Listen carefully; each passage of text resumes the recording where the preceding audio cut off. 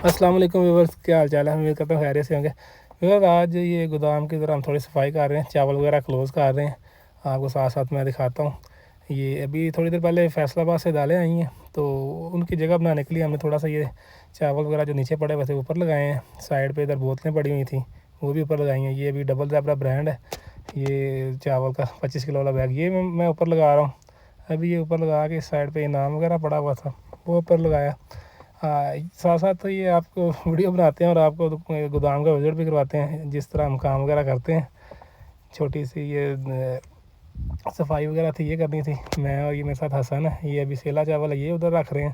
ये भी 25 किलो वाले बैग हैं, सारे इधर पड़े हुए थे। अभी ये बोतलें वगैरह ये भी हम उस साइड पे दूसरी साइड पे ले जाएंगे। इधर फिर वो दालें आई हैं फैसलाबाद से, इधर पड़ी हैं, थोड़ी सी इधर हमने निकालनी है बाहर।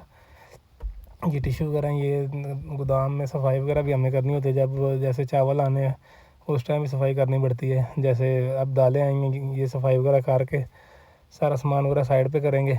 कुछ दालें होती हैं, आजकल मौसम आपको पता है, बारिशों का मौसम है, जो गीली हो जाती है उनको सुखाना पड़ता है। ये अब बोतलें, कोक वगैरह की बोतलें पड़ी हुई थी, ये भी हम उठा के इधर एक साइड पे कर देंगे। जितने भी बैठे हैं बाहर, देखें ज़रा बारिश हो रही है। ये गोदाम में हम काम कर रहे हैं।